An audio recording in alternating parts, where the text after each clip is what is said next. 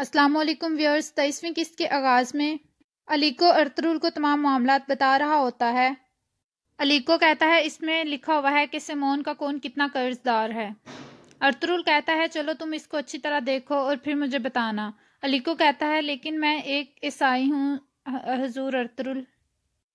Ertugrul کہتا ہے اس سے کوئی فرق نہیں پڑتا۔ جب آپ صلی اللہ علیہ وسلم نے مکہ فتح کیا تو آپ صلی اللہ علیہ وسلم نے خانہ کعبہ کی چابی ایک ایماندار آدمی کو دی جو کہ مسلمان نہیں تھا۔ آرتوک صاحب کہتے ہیں کہ آپ صلی اللہ علیہ وسلم نے ایک حدیث میں فرمایا کہ امانت والوں کی امانتیں لٹا دیا کرو، تم ایک ایماندار آدمی اور ہمیں تم پر پورا بھروسہ ہے۔ اس کے بعد دندار تمام کتابیں اٹھاتا ہے اور علیکو کو دے دیتا ہے۔ ارطغرل علیکو کو کہتا ہے کہ تم ان سب حساب کی جانچ پڑتال کرو اور پھر ہمیں بتانا کہ اس میں کیا لکھا ہوا ہے۔ پھر وہ تمام کتابیں لے کے سرائے سے چلا جاتا ہے۔ اس کے بعد اسلحان خاتون ایک جگہ دکان پر بیٹھی ہوتی ہیں۔ آلیار وہاں آ جاتا ہے۔ آلیار کہتا ہے اللہ تعالیٰ آسانی کریں۔ اسلحان خاتون کہتی ہے خوش آمدید بھائی۔ آلیار کہتا ہے کارخانے پر کام کیسا جا رہا ہے؟ اسلحان کہتی ہے خواتین پوری دل جمی سے کام کر رہی ہیں، میں کافی وقت سے یہاں نہیں آئی تو اس لیے میں یہاں پر آ گئی۔ آلیار کہتا ہے مجھے ارطغرل کے ساتھ کچھ معاملات پر بات چیت کرنی ہے تو میں چلتا ہوں۔ اسلحان کہتی ہے جی اللہ تعالیٰ آپ کا حامی و ناصر ہو، اور پھر وہ وہاں سے چلا جاتا ہے۔ ارطغرل اپنے سپاہیوں کے ساتھ میٹنگ کر رہا ہوتا ہے۔ وہ 3 علاقے بتاتا ہے کہ یہاں پر ہم اپنے سپاہی تعینات کریں گے تاکہ جو قافلے تجارت کے لیے آتے ہیں ان پر حملہ نہ ہو۔ علیکو بتاتا ہے کہ قسطنطنیہ سے ایک قافلہ آنے والا ہے تجارت کے لیے۔ ارطغرل کہتا ہے پھر واقع ہمیں اس قافلے کی حفاظت کرنی ہے۔ وہ اپنے سپاہیوں کو کہتا ہے کہ تم لوگ وہاں پر گشت کرو گے اور دھیان رکھو گے کہ وہاں پر کوئی ڈاکو نہ ہو۔ ارطغرل کہتا ہے دندار کو یہ ذمہ داری میں تمہاری لگاتا ہوں، اگر ہم بحفاظت قافلوں کو آنے دیں اور جانے دیں تو ہمارا کاروبار مزید پھیلے گا۔ اتنے میں آلیار وہاں آ جاتا ہے۔ آلیار کہتا ہے مجھے کسی اہم موضوع پر آپ سے بات کرنی ہے۔ ارطغرل اشارہ کراتا ہے اور تمام سپاہی وہاں سے چلے جاتے ہیں۔ آلیار کہتا ہے آپ نے ضرور ایک مفید فیصلہ کیا ہوگا۔ ارطغرل کہتا ہے جی میں نے فیصلہ کیا، لیکن اس سے پہلے میں آپ کو کچھ بتانا چاہتا ہوں۔ آلیار کہتا ہے کہ آپ کسی بھی فیصلے سے پہلے یہ سوچ لیجئے گا کہ تمام ترک قبائل میرے بابا کے ساتھ ہیں۔ اگر وہ بے چین ہوئے تو وہ یہ ضرور سوچیں گے کہ میرے بابا کیا کہتے ہیں۔ ارطغرل کہتا ہے آپ کے بابا کی آفر میرے لیے بہت قابل عزت ہے، میں اس بارے میں فیصلہ کر چکا ہوں۔ آلیار کہتا ہے تو پھر آپ نے کیا فیصلہ کیا ہے؟ ارطغرل کہتا ہے میں نے جو بھی فیصلہ کیا ہے وہ میرے قبیلے اور ہر چیز کے لیے بہتر ہوگا۔ آلیار کہتا ہے کہ مجھے آپ پر یقین ہے کہ آپ کوئی بھی غلط فیصلہ نہیں کریں گے جس سے ہمارے درمیان انتشار پھیلے۔ دوسری طرف کارخانے میں تمام عورتیں اپنے کام کر رہی ہوتی ہیں۔ حلیمہ بھی ایک طرف کام کر رہی ہوتی ہے۔ ایک عورت قلین بنا رہی ہوتی ہے۔ اسلحان خاتون اس کے پاس آتی ہیں اور اسے کہتی ہیں کہ اتنی دیر ہو گئی ہے تمہیں کام کرتے ہوئے، ابھی تک تم غلط سلائی کر رہی ہو۔ وہ کہتی ہے اسلحان خاتون میں ہمیشہ سے ایسے ہی کرتی آ رہی ہوں۔ اسلحان کہتی ہے کہ اس کا مطلب ہے تم ہمیشہ سے غلط سلائی کرتی آ رہی ہو۔ اتنے میں حلیمہ خاتون بھی وہاں آ جاتی ہیں اور وہ اسلحان خاتون کو کہتی ہیں رکو، یہ وہ ٹھیک تو کر رہی ہے، تمہیں اس سے کیا مسئلہ ہو رہا ہے؟ حلیمہ کہتی ہے اگر کچھ غلط ہوتا ہے تو اس کو بتانا میری ذمہ داری ہے، اسلحان خاتون تمہاری نہیں ہے۔ اسلحان کہتی ہے تو پھر جب ہم یہ قالینیں بیچیں گے تو تب بھی تمہاری ہی ذمہ داری ہوگی، اس وقت آپ ہماری کوئی بھی غلطی مت مانیے گا۔ یہ کہہ کر اسلحان خاتون غصے سے وہاں چلی جاتی ہے۔ چولپان خاتون کہتی ہے کہ معاف کریے گا، ارطغرل نے ابھی تک جاندار صاحب کی پیشکش کا جواب نہیں دیا اس لیے وہ پریشان ہے۔ حلیمہ خاتون کہتی ہے کیسی پیشکش؟ چولپان کہتی ہے کہ جاندار صاحب نے رشتے کی پیشکش کی ہے۔ حلیمہ کہتی ہے کس کے لیے؟ چولپان کہتی ہے ارطغرل کے لیے۔ حلیمہ یہ سن کر پریشان ہو جاتی ہے۔ بانو جھجک بھی یہ سب کچھ سن کر حیران ہو جاتی ہے۔ حلیمہ دکھ سے وہاں پر کھڑی ہو جاتی ہے اور چولپان خاتون جب یہ سب کچھ دیکھتی ہے اور وہ کہتی ہے کہ ارطغرل صاحب نے سوچنے کے لیے کچھ ٹائم مانگا ہے اور اس کے بعد وہ یہ کریں گے۔ دوسری طرف ارطغرل آلیار کو کہتا ہے جاندار صاحب کی اس معزز پیشکش کے بارے میں آپ کو جواب دیتا ہوں میں یہ آفر قبول نہیں کر سکتا۔ آلیار حیران ہو جاتا ہے اور وہ کہتا ہے آپ کیوں اس کو مسترد کر رہے ہیں؟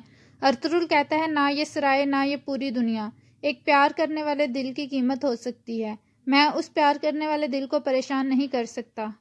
درخت کانپ جائیں گے، آسمان پھٹ جائے گا، میں حلیمہ کی خوشبو کے علاوہ کسی اور کا نہیں ہو سکتا۔ اصلاحان خاتون کے لیے اس صورت میں پریشانی ہی ہوگی، اس لیے میں نے یہ بہتر فیصلہ کیا ہے، اور بازار کی صورتحال کے مد نظر آپ کو کوئی بھی قیمت وصول نہیں کرنی پڑے گی۔ ہماری جو پہلی ڈیل چل رہی ہے ہم اس کے مطابق ہی چلیں گے۔ آلیار کہتا ہے آپ کا یہ فیصلہ بالکل بھی اچھا نہیں ہے اور اس کے آگے میں اپنی دوستی قائم نہیں رکھ سکوں گا۔ ارطغرل کہتا ہے دوستی مفادات پر قائم نہیں کی جاتی۔ آلیار کہتا ہے راستے پلوں سے بنائے جاتے ہیں اور ہم نے آپ کو ایک پل مہیا کیا لیکن آپ نے انکار کر دیا۔ میں آپ کے فیصلے کا احترام کرتا ہوں لیکن بابا اور اورال اس بارے میں کیا سوچتے ہیں اس کے بارے میں مجھے کچھ معلوم نہیں۔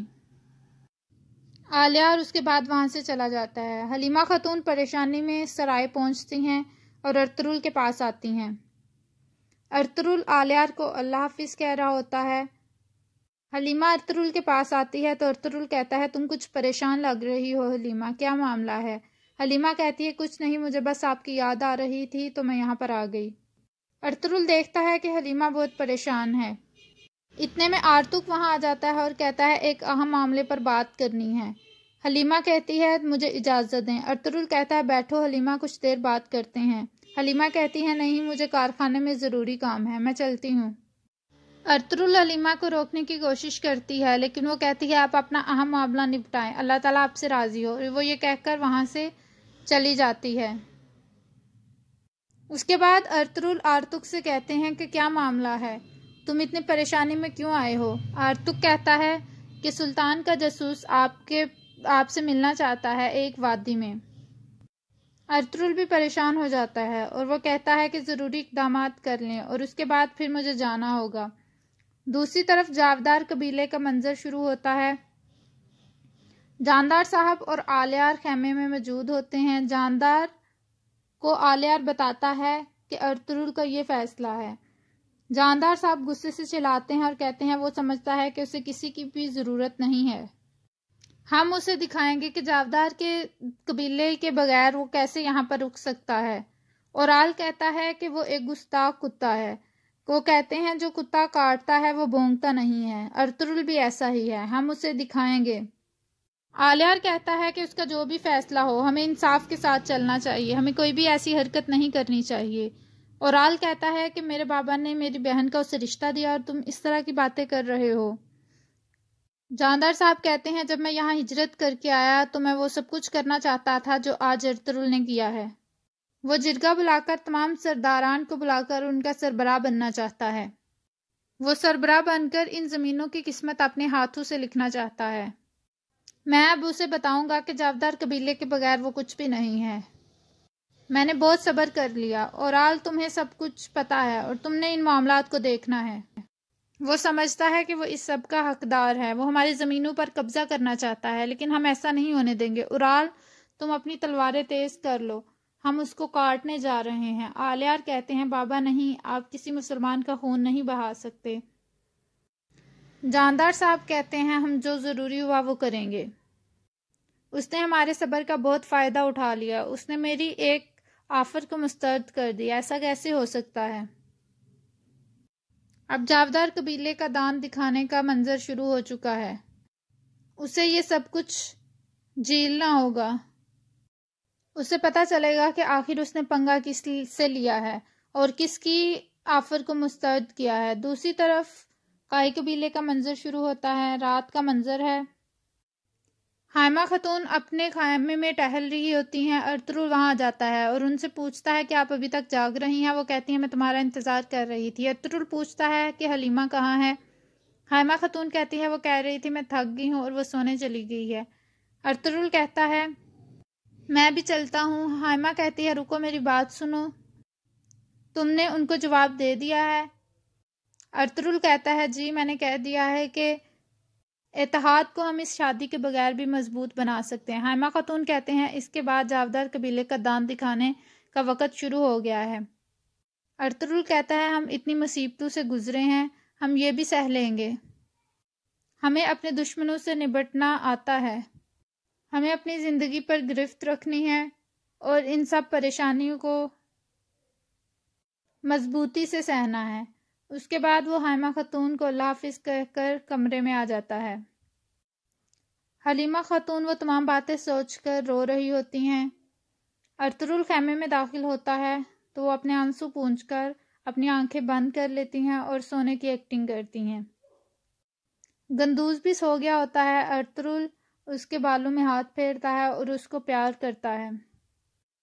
ارطغرل دیکھتا ہے حلیمہ سو رہی ہے تو وہ واپس جانے کے لیے چلتا ہے۔ حلیمہ خاتون اٹھ جاتی ہیں اور پوچھتی ہیں کہ آپ اس وقت کہاں جا رہے ہیں؟ ارطغرل کہتا ہے مجھے کچھ معاملات کو دیکھنا ہے۔ اور یہاں پر اس قسط کا اختتام ہوتا ہے۔ ویڈیو پسند آئے تو لائک کریے گا، کمنٹ کر کے بتائے گا کیسی لگی۔